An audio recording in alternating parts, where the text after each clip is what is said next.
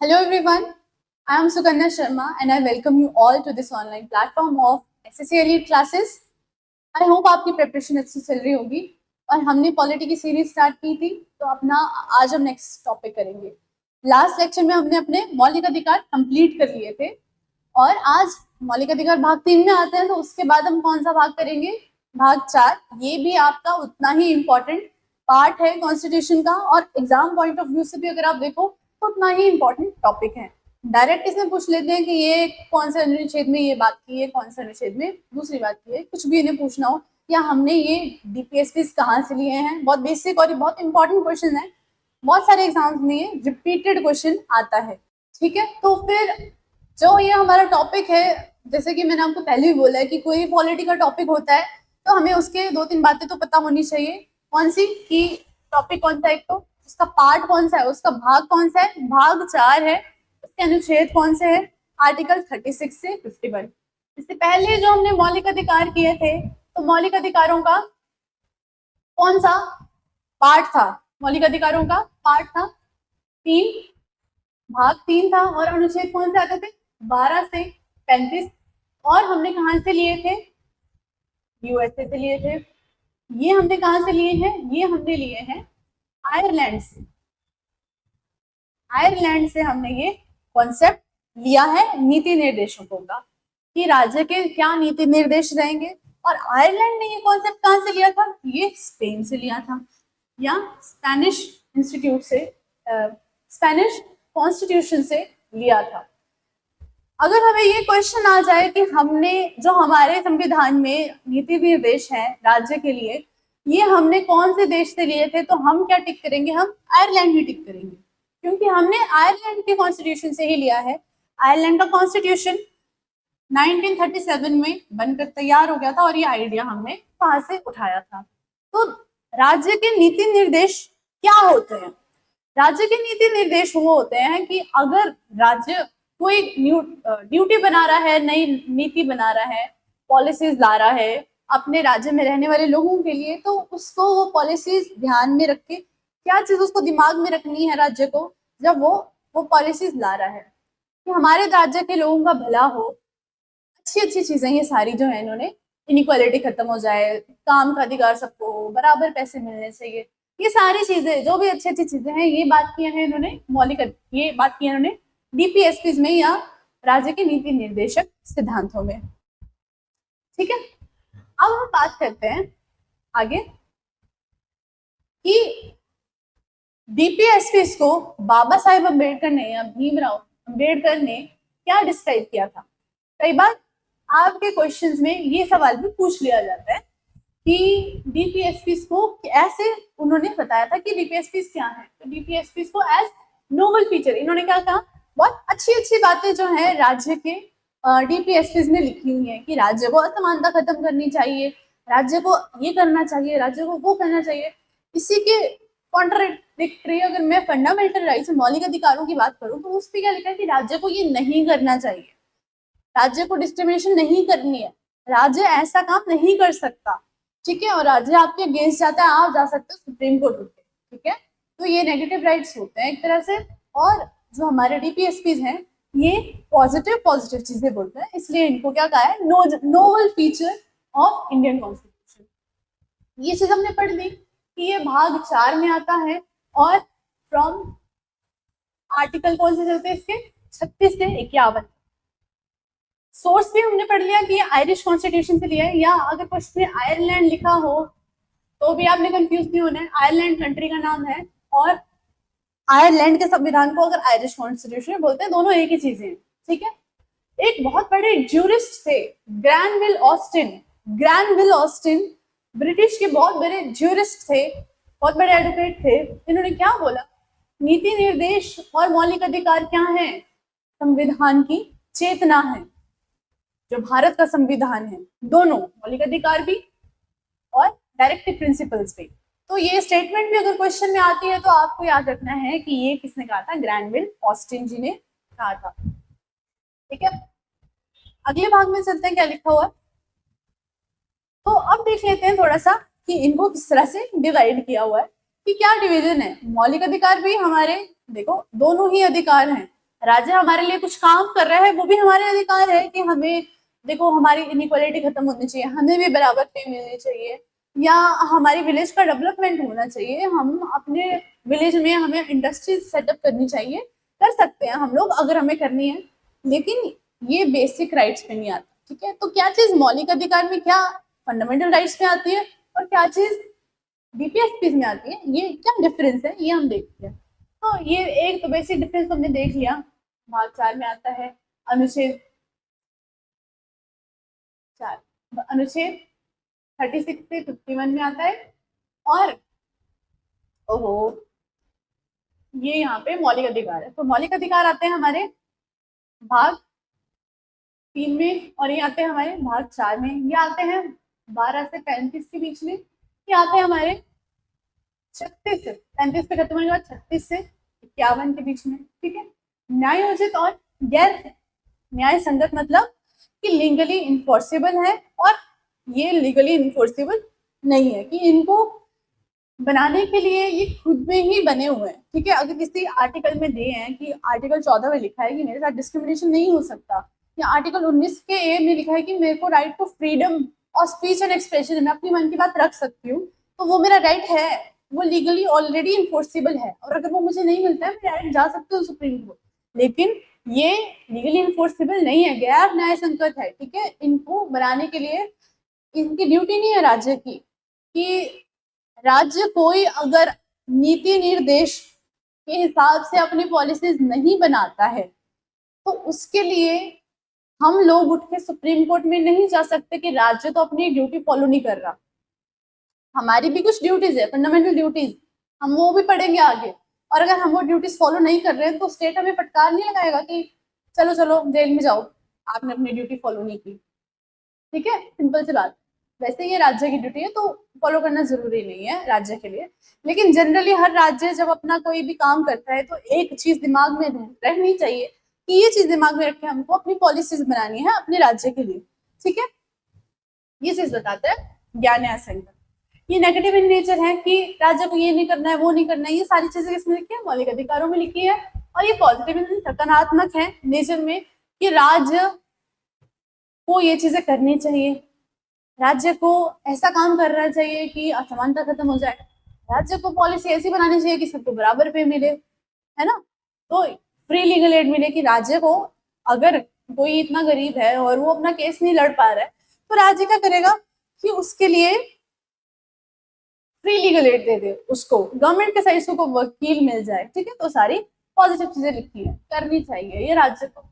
और ये बात करता है इंडिविजुअल राइट्स की, कि इंडिविजुअल राइट मतलब मैं अकेली, अगर मेरा अकेले का भी फंडामेंटल राइट जा रहा है, मेरा मौलिक अधिकार मुझे नहीं मिल रहा, तो मैं अकेली जा सकती हूँ सुप्रीम कोर्ट। ये मेरे एक इंडिविजुअल राइट है, हर एक नागरिक को ये राइट मिला है। लेकिन बीपीएसपी क्या होता है, हमारे सामुदायिक अधिकार होता है, कि समुदाय के साथ राज्य जब अपनी नीति निर्देश बना रहा होता है, या अपने प्रिंसिपल्स बना रहा होता है, पॉलिसीज बना रहा होता है, तो राज्य ये चीज नहीं रखेगा कि मैं एक सुकन्या नाम की लड़की है, उसके लिए मेरे को ये पॉलिसी बनानी है। नहीं, वो जितने भी लोग हैं राज्य में रहने वाले, उन सभी लोगों की बात करता है, कम्युनिटी राइट्स की बात करता है।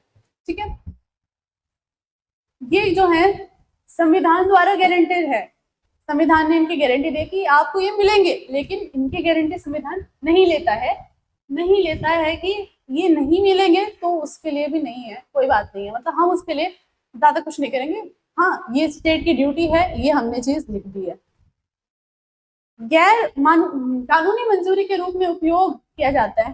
हाँ, लीगली बाइंडिंग मतलब लीगली एनफोर्सेबल है, एक्सेप्टेड है, और ये नैतिक और राजनीतिक मंजूरी के लिए माना जाता है, कि पॉलिटिकल ड्यूटी माना जाता है इसको एक स्टेट की। ठीक है, फिर बात करता है ये लीगली एनफोर्स्ड है, इसके लिए कार्य, इसको लीगली इन्फोर्स करने के लिए आपको कोई अलग से कानून नहीं बनाना पड़ता, कि अगर आर्टिकल 14 में लिखा है कि मेरे साथ कोई असमानता नहीं होगी, किस बेसिस पे, कि मेरा प्लेस ऑफ बर्थ क्या है, या मेरा जेंडर क्या है, इन सब के बेसिस पे, मेरा सेक्स क्या है, इन सब के बेसिस पे जो है मेरे से कोई डिस्क्रिमिनेशन नहीं किया जाएगा। ठीक है, तो ये चीज आर्टिकल अनुच्छेद 14 में उन्होंने लिखी थी, तो इस बेसिस पे उनको अलग से एक्ट बनाने की जरूरत नहीं है, लिखी है तो ये अपने आप में ही लीगली एनफोर्स्ड है।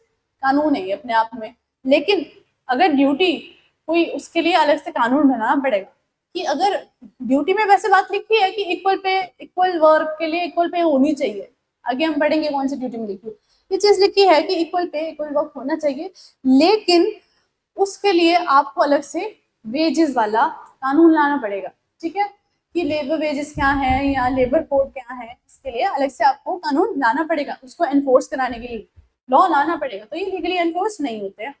आगे देखते हैं डीपीएसपीज क्या होते हैं। वही बात लिखी हुई है कि डीपीएसपीज जो है हमारे गाइडलाइंस होती हैं, संविधान के दिशा निर्देश का एक समूह है, समूह जो उन लक्ष्यों को, कि जब आउटलाइन, जब हम गोल बना रहे होते हैं, जब राज्य हमारा प्रिंसिपल्स बना रहा होता है, पॉलिसी बना रहा होता है लोगों के लिए, तो उस टाइम पे उसको क्या दिमाग में रखनी है बातें कि promote social and economic justice.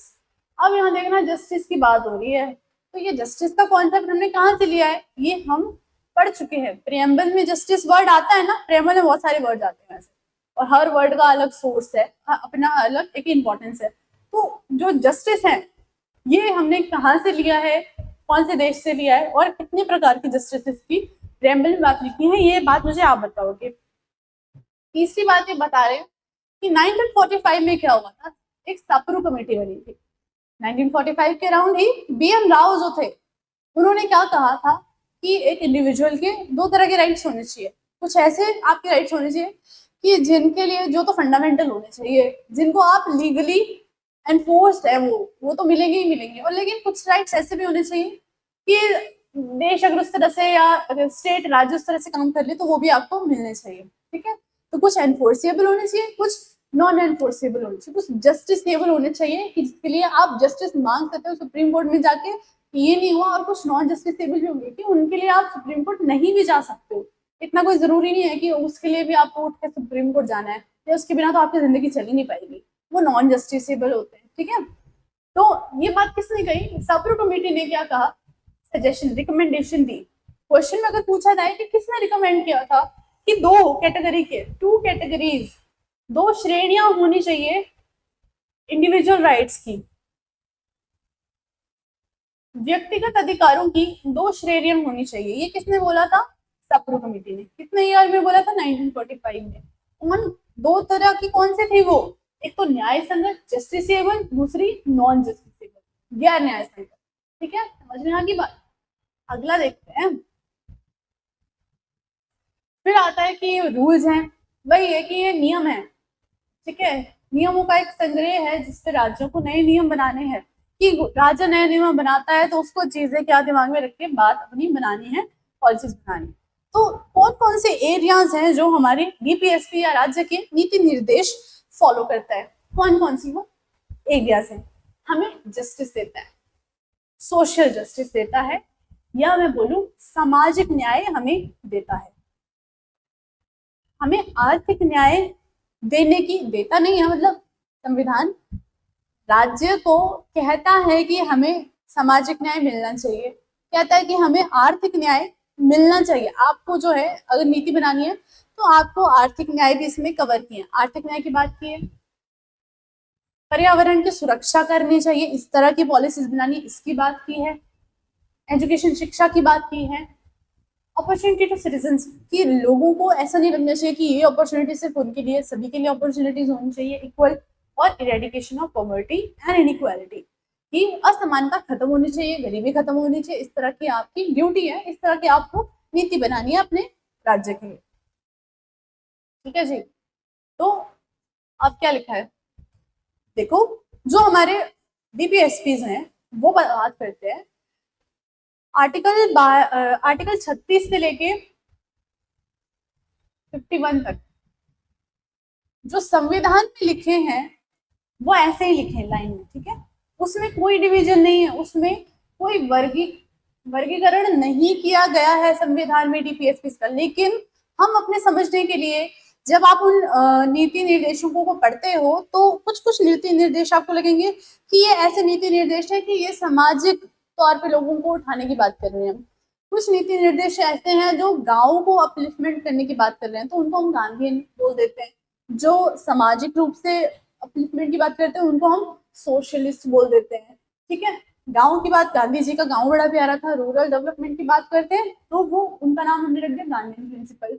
और जो इंटेलेक्चुअल, लिबरल इंटेलेक्चुअल प्रिंसिपल्स हैं कि जो आजकल के मॉडर्न टाइम के हिसाब से भी कुछ चीजें ऐसी हैं कि नए तौर पे जो आ रही हैं, हम थोड़े खुले विचारों वाले अगर हम कोई पॉलिसीज बनाते हैं तो वो उसमें आएगी लिबरल इंटेलेक्चुअल प्रिंसिपल्स में आएगी। ठीक है, तो इस तरह से डिवीजन किया है अपने लिए। संविधान में अगर बोले तो संविधान में ऐसा कोई भी डिवीजन नहीं किया गया है। ठीक है, अब बात करते हैं आगे, वो डिवीजन में कौन कौन से आर्टिकल्स आते हैं। एक बार आप ये देख लीजिए, आपको थोड़ा आइडिया होना चाहिए कि कौन कौन से आर्टिकल लिखे हुए हैं। तो जब सामाजिक प्रिंसिपल्स की हम बात करें तो उसमें कौन कौन से आते हैं, कुछ कुछ इसमें सेम भी होंगे। ठीक है, कुछ कुछ इसमें जैसे 47 इधर भी होगा, 47 इधर भी होगा, तो ये थोड़े सेम सेम से होंगे, तो ये उस तरह से आते हैं। तो देखो इसमें कौन से आते हैं, आर्टिकल 38, 39, या आप मतलब एक बार देख लो कि कौन कौन से आते हैं, दिमाग में रहे तो इजी हो जाएगा आपको भी समझने के लिए। ठीक है, सोशलिस्टिक समाजवादी या सामाजिक प्रिंसिपल्स कौन से होते हैं, 39A, 41, 42, 43, 43A। पता नहीं क्लियर है या नहीं है, इसलिए मैं लिख रही हूँ। ठीक है, 40 आता है, 43 आता है, 43B आता है, 46 आता है, 47 आता है और 48 आता है, और 44 आता है, 45 आता है, 48 आता है, 48A आता है, 49 आता है, 50वां आता है और 51 आता है। ठीक है, तो ये जो है इस तरह का डिवीजन है। संविधान में अगर हम बात करें तो वो ऐसे ही लिखे, 36, 37, 38, 39, 40, 41 ऐसे ही लिखे। ठीक है, अपने डिवीजन के लिए, अपने समझने के लिए हमने इस तरह से डिवाइड किया। अब एक एक करके पढ़ते हैं इसमें क्या दिया हुआ है। तो अगर आपको याद होगी कि हमने जब मौलिक अधिकार किए थे, तो मौलिक अधिकारों में क्या हमने 12 से, मौलिक अधिकार में हमने की थी बात 12 से 36, 12 से 35 तक हमारे मौलिक अधिकार थे। ठीक है, और 12 में क्या दिया था, 12 में स्टेट का डेफिनेशन दिया था, और 13 में क्या दिया था, उसका अगला जो था कि लॉज, कौन कौन से कानून है जो मौलिक अधिकार के अगेंस्ट जाते हैं तो वो फॉलो नहीं होंगे। ये बात थी मौलिक अधिकारों की, फंडामेंटल राइट्स की। और अगर हम डीपीएसपी की बात करें, डीपीएसपी की अगर हम बात करें तो इसमें आर्टिकल आते हैं 36 से 51। तो जो पहला ही 36 है ये बात करता है वापस स्टेट की, इसमें भी वह राज्य डिफाइन है जो सेम आर्टिकल 12 में हमने जो राज्यों की बात की थी कि कौन कौन से चीजें हैं जो राज्य में आती है।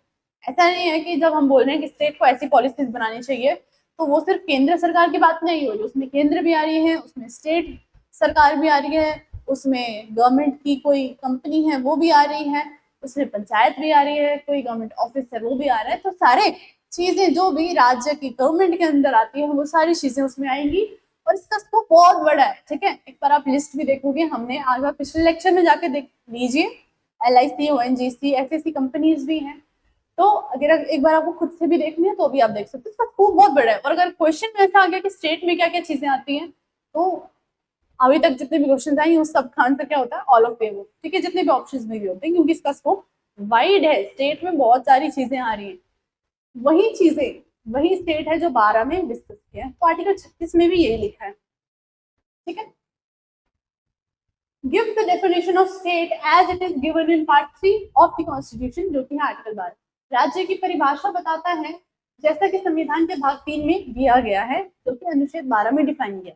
ठीक है जी, 37 क्या बात करता है, 37 बताता है नेचर का, कि हमारे नीति निर्देशकों का क्या नेचर है। ठीक है, तो अगर क्वेश्चन पूछा जाए कि आपका नॉन जस्टिसेबल है, डीपीएसपी आर नॉन जस्टिसेबल, ये कौन सा अनुच्छेद में बताया गया, तो आपको याद होना चाहिए अनुच्छेद 37 में बताया गया कि provisions contained in this part shall not be enforced by any court, कि ये नॉन एनफोर्सेबल है या नॉन जस्टिसेबल है, नॉन एनफोर्सेबल है।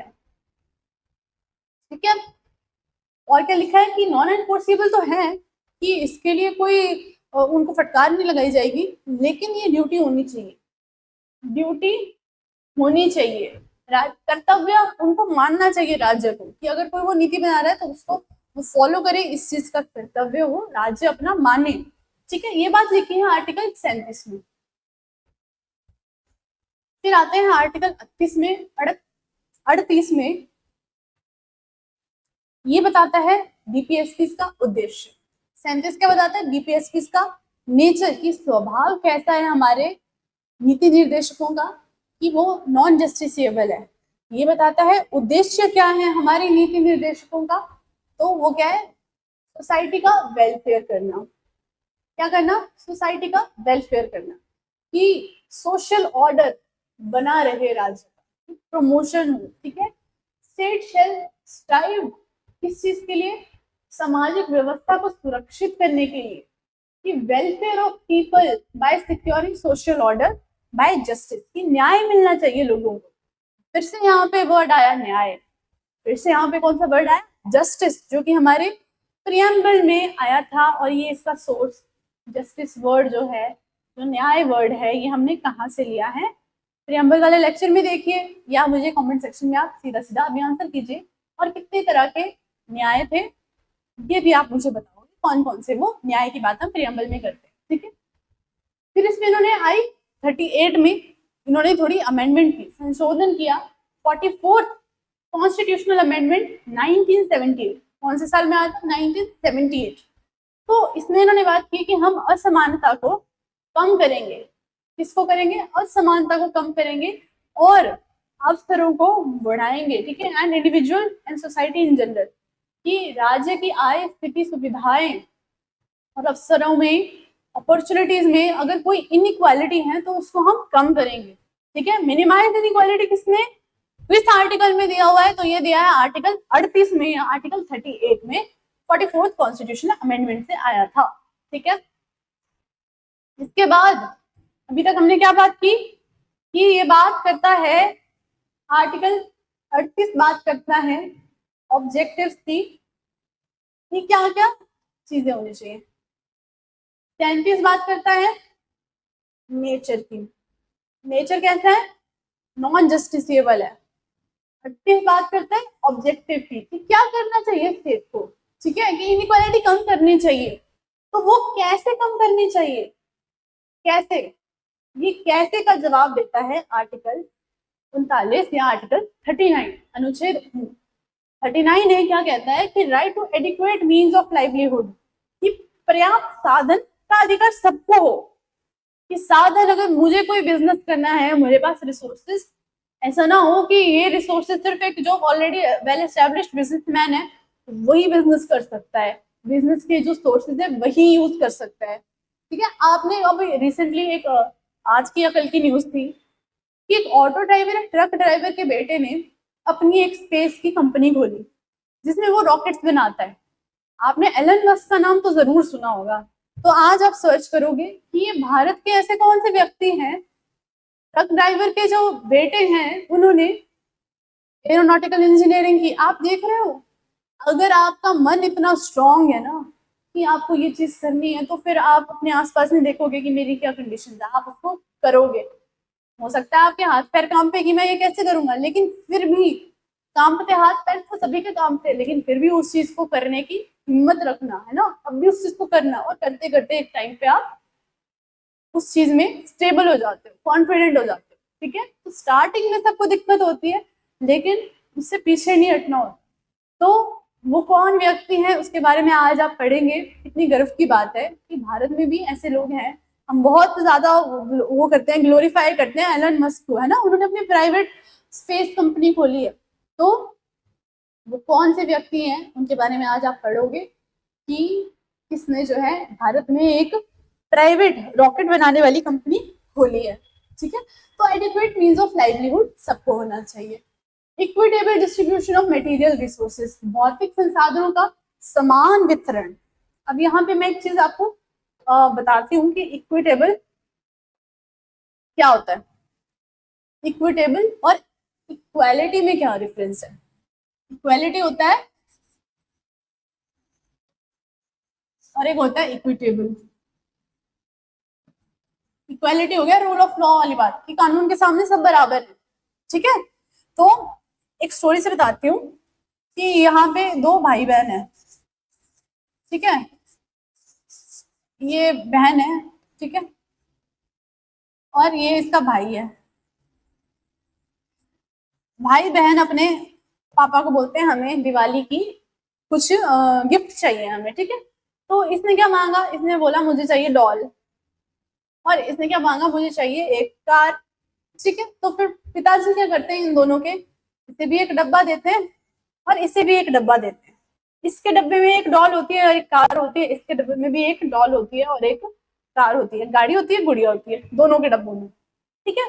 तो ये दोनों को हमने सेम चीजें दे दी है, हमने क्या कर दिया, इक्वालिटी कर दी हमने, हमने कोई डिस्क्रिमिनेशन नहीं किया, है ना। तो अब क्या होता है, जब पिताजी बाहर चले जाते हैं, फिर ये लोग क्या बोलते हैं कि भाई मुझे तो, मेरे को तो डॉल ही चाहिए, तो आप मुझे डॉल दे दीजिए। और ये कहता है कि मुझे कार चाहिए, तो मुझे कार दे दे, मैंने डॉल का क्या करना है ना। इसको जिस चीज की जरूरत है उसने वो मांग ली और उसने वो दे भी दी। तो यहाँ पे क्या होता है, अब इस बहन के पास दोनों डॉल्स हो जाती हैं और इसके पास, के भाई के पास दोनों कार हो जाती है। इन दोनों ने एक दूसरे को दोनों वो चीजें दे दी जिसको जो जरूरत थी, जिसको जो जरूरत थी उसको वो चीजें मिल गई और दूसरे आदमी को उससे कोई दिक्कत नहीं है। तो ये बात होती है इक्विटेबल की, ठीक है, इक्विटेबल की, कि जिसको जो जरूरत है उसको वो मिले। ऐसा नहीं है कि हमने तो बराबर कर दिया जी, इसको जरूरत ही नहीं है ना। अब अंबानी को 2 रुपए किलो आटे की क्या जरूरत है ना, उसके लिए थोड़ी ना अंत्योदय योजना, अंत्योदय योजना उनके लिए जिनको, जिनके पास फाइनेंशियली इतनी कमी है कि उनको 2 रुपए आटा, 2 रुपए किलो आटा मिले तो वो सर्वाइव करेंगे। अब यही चीज अगर हम सबके लिए कर लें, इक्वालिटी कर लें कि अंबानी को भी 2 रुपए किलो में मिलेगा आटा और इनको भी, फिर ये बात तो इक्वालिटी की होगी, ये इक्विटेबल बात नहीं होगी। लेकिन हम जो फॉलो करते हैं, फॉलो करने की कोशिश करते हैं, वो है इक्विटेबल। दोनों चीजें फॉलो करते हैं लेकिन इक्विटेबल, ठीक है, अच्छी बात है ना। तो ये हो गया equitable distribution of material resources. Prevention of concentration of wealth, धन के संकेंद्रण की रोकथाम, कि जो है एक ही जगह पैसा इकट्ठा नहीं होना चाहिए, करप्शन हो जाता है। आपने देखा होगा इतनी जगह रेड पड़ जाती है, वो लोग टैक्स भी नहीं पे करते। तो रेड किस लिए पड़ती है, ताकि वो एक ही जगह धन इकट्ठा ना हो, इन्फ्लेशन एकदम हाई लो ऐसा ना चले, देश की आर्थिक स्थिति स्टेबल रहे या अच्छी बनी रहे। ऐसा नहीं कि बहुत गरीबी हो रही है, किसी के पास बहुत ही ज्यादा अमीरी हो रही है, उन्होंने इतना धन इकट्ठा करके रखा है ना, वो टैक्स दे रहे हैं, और किसी के पास बहुत ही ज्यादा गरीबी हो रही है। तो वो जो है कंसंट्रेशन नहीं होना चाहिए, संकेंद्रण नहीं होना चाहिए धन का, ठीक है। ये बात बोलिए 39C में। 39D में क्या बात की है, डी में बात की है, इंपॉर्टेंट है ये बहुत ज्यादा, पूछा भी जाता है कि इक्वल पे डायरेक्ट क्वेश्चन बनते हैं इसके, ठीक है, इसमें कुछ ज्यादा नहीं है, डायरेक्ट के डायरेक्ट क्वेश्चन बनेंगे एज इट इज की इक्वल पे इक्वल वर्क की बात किसमें की है, इसमें भी की है कि समान कार्य के लिए समान वेतन मिलेगा। पहले के टाइम पे तो बहुत ऐसा होता था कि जब कि औरतों का अगर अब मैं एग्जांपल दूं, दिहाड़ी की बात करो, डेली वेजेस होते हैं कि औरतों के डेली वेजेस कम होंगे और मर्दों के डेली वेजेस ज्यादा मिलेंगे, काम चाहे वो बराबर घंटों के लिए कर रहे हैं। तो ये तो गलत बात हो गई ना कि मैन और वुमेन को दोनों को बराबर वेतन मिलना चाहिए अगर वो सेम टाइम के लिए काम कर रहे हैं, है ना। तो ये बात करता है इक्वल पे इक्वल वर्क की, किसमें, अनुच्छेद 39D में। आपको वैसे मेनली यही पूछा जाएगा कि अनुच्छेद 39D, ज्यादा इतना डिटेल में क्वेश्चन नहीं आता, ठीक है। तो अगर ज्यादा डिटेल में आ गया तो डी में पूछ लेंगे, तो ज्यादा टेंशन नहीं लेंगे, ठीक है। फिर आता है next, protecting the health and strength of workers, man women children against forcible abuse, जबरन दुर्व्यवहार के खिलाफ श्रमिकों, पुरुषों, महिलाओं और स्वास्थ्य और शक्ति की, बच्चों के स्वास्थ्य और शक्ति की रक्षा करनी चाहिए। क्या मतलब हुआ इस बात का कि कोई फैक्ट्री है, कोई इंडस्ट्री है, कोई ऐसी फैक्ट्री है जहाँ पे बहुत जहरीली गैसें भी निकलती हैं, गैसेस निकलती हैं, और ऐसे फैक्ट्री में काम करना तो बड़ा मुश्किल है। कई ऐसी ऑर्गेनाइजेशंस हैं जो बात करती हैं, आजकल आपने देखा भी होगा, रिसेंटली भी न्यूज में आया था कि एक एना सेबेस्टियन नाम की लड़की थी, 26 साल की लड़की थी, उसने क्या किया, सुसाइड अटेम्प्ट कर लिया। बहुत बड़ी कंपनी थी, उस कंपनी में वर्कलोड बहुत हो रहा था, ठीक है। कुछ कुछ हमारे बड़े, बहुत बड़े बिजनेसमैन ऐसे हैं जो बोलते हैं कि लोगों को 70 घंटे काम करना चाहिए। कुछ कुछ लोग ऐसे हैं वो बोलते हैं मैं तो 16 घंटे काम करता हूँ दिन में। तो ये बहुत ही इनह्यूमन सी बात होगी और मैं इस बात को नहीं मानती हूँ। आप 16 घंटे काम कर रहे हो, फिर आप अपने काम कहाँ कर रहे हो? और अगर आप पब्लिकली जाके ये चीज बोल रहे हो तो फिर वो टाइम कहाँ से आ रहा है? उनके लगे अगर आप 16 घंटे काम कर रहे हो तो फिर आपका क्या कर रहे हो? मतलब आप अपने खाते हुए भी कुछ काम कर रहे हो, वो सोते हुए भी कुछ काम कर रहे हो, तो ये बात बहुत ही इलॉजिकल सी लगती है ना? तो ये वही बात करता है कि अगर हम कोई व्यक्ति अगर ऐसे करेगा, उस लड़की ने क्या किया, अपने टारगेट्स, उसको बोला गया तो रात में भी काम कर, हम लोग भी सभी करते हैं, तू तो नई आई हुई है ना? तो ये सब चीजें वो रात में भी काम करने लगी, उसकी नींद ही पूरी नहीं हो रही है। आदमी की जब नॉर्मली एक एवरेज जो आदमी है उसकी 7 से 8 घंटे की नींद होनी चाहिए, उसकी नींद ही पूरी नहीं हो रही है। वो अपने बॉडी को हील ही नहीं कर पा रहा है, तो वो हील ही नहीं कर पा रहा है, फिर वो रोज काम पे जा रहा है, तो एक टाइम पे उसकी बॉडी गिव अप कर देगी, अब इससे ज्यादा मैं काम नहीं कर सकता। किसी जहरीली गैस वाली कंपनी में मैं काम कर रही हूँ और मुझे इक्विपमेंट्स नहीं दिए हैं, ठीक है? मैं वेल्डिंग का काम कर रही हूँ, उसमें आंखों पे वो इतनी तेज लाइट जाती है, चिंगारी जाती है, मेरी आंखें भी खराब हो सकती है। तो उस कंपनी में काम करने के लिए मुझे वो हेलमेट ही नहीं मिल रहा है, आगे से मास्क ही नहीं मिल रहा है, वो आगे से गॉगल्स ही नहीं मिल रहे हैं कि मेरी आंखों को नुकसान ना मिले। तो ये सब चीजें प्रोवाइड करने की, मैं अगर किसी कंपनी में काम कर रही हूँ, चाहे वो सरकारी है जो भी है, तो उस राज्य की, उसके कंपनी के जो रूल्स हैं, जो लेबर कोड है, वो उसमें होना चाहिए कि मेरी हेल्थ का ध्यान रखा जाए, ठीक है? तो ये बात करता है कौन?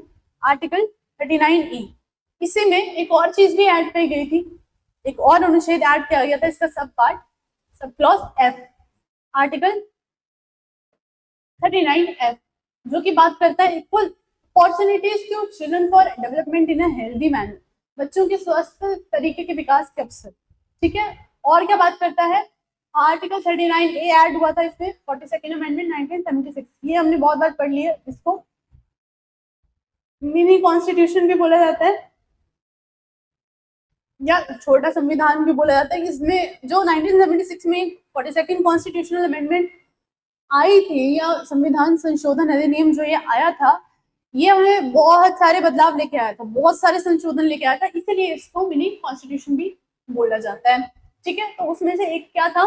39A, to promote equal justice and free legal aid, कि इक्वल जस्टिस होना चाहिए। मान लो मैंने कोई क्राइम कर दिया है या मुझे किसी क्राइम में फंसा दिया गया, मैंने वो क्राइम किया भी नहीं है, अब मैं इतनी गरीब हूँ कि मेरे पास वो केस लड़ने के लिए पैसे भी नहीं है, लेकिन मुझे न्याय तो मिलना चाहिए क्योंकि लिखा है, मेरा मौलिक अधिकार है, प्रियम्बल में भी लिखा है कि हर व्यक्ति को न्याय मिलना चाहिए। तो उस न्याय की बात की है, ठीक है? प्रमोट इक्वल जस्टिस, जस्टिस तो मिलना चाहिए ना मुझे, फिर भी चाहे मेरे पास पैसे नहीं है, इसका मतलब तो ये हो गया कि जिसके पास पैसे हैं वो अपना वकील करे और जस्टिस पा ले, लेकिन अगर मैं बहुत गरीब हूँ और मेरे पास पैसे नहीं है तो मैं जस्टिस कैसे पाऊंगी? तो इस चीज को पूरा करने के लिए कि जस्टिस जस्टिस न्याय मिलेगा, प्रावधान ऐड किया गया है कि आप वो न्याय ले सकते हो, आपको सरकारी वकील प्रोवाइड कर दिया जाएगा अगर आपके पास प्राइवेट वकील करने के पैसे नहीं है तो। और आपको फ्री लीगल एड भी चलती है कि मुझे अगर कोई सहायता लेनी है या मुझे कोई बात डिस्कस करनी है, मेरी कोई दिक्कत है और उसके लिए मुझे एक कानूनी सहायता या डिस्कशन करना है, एक सजेशन चाहिए मुझे, तो मैं जाके बात कर सकती हूँ सरकार से कि मुझे फ्री लीगल एड की जरूरत है। कॉलेज में आपने देखा होगा, लॉ कॉलेज में क्या होता है, लीगल एड सोसाइटीज बनती है, फ्री लीगल एड सोसाइटीज। वो क्या करते हैं, स्लम्स में जाके, ऐसी जगहों पे जाके जहाँ लोगों को नहीं पता होता कि उनके क्या राइट्स हैं, उनको वो राइट्स बताना कि आपके ये अधिकार हैं, कि आपको पर जॉब की अपॉर्चुनिटी है। आप ऐसा मत, अगर आप स्लम में रह रहे हैं तो आप ऐसा मत सोचिए कि आप कोई व्यवसाय नहीं कर सकते हो या आप पढ़ाई नहीं कर सकते हो, आपके लिए निःशुल्क पढ़ाई है। ये सब चीजें उन्हें कौन बताता है? फ्री लीगल एड वाले, ठीक है? तो ये सारी चीजें हमें बताई गई हैं आर्टिकल 39A में। आज के टॉपिक को हम यहाँ तक ही कवर करेंगे, थोड़ा थोड़ा पढ़ोगे आप, थोड़ा थोड़ा याद भी रहेगा। इसके अगला टॉपिक जो है हम नेक्स्ट लेक्चर में कवर करेंगे, इसके आगे के जो भी आर्टिकल्स हैं, जो भी अनुच्छेद हैं। तब तक के लिए आपने इसको रिवाइज करना है और अच्छे से पढ़ाई कीजिए। तब तक के लिए थैंक यू।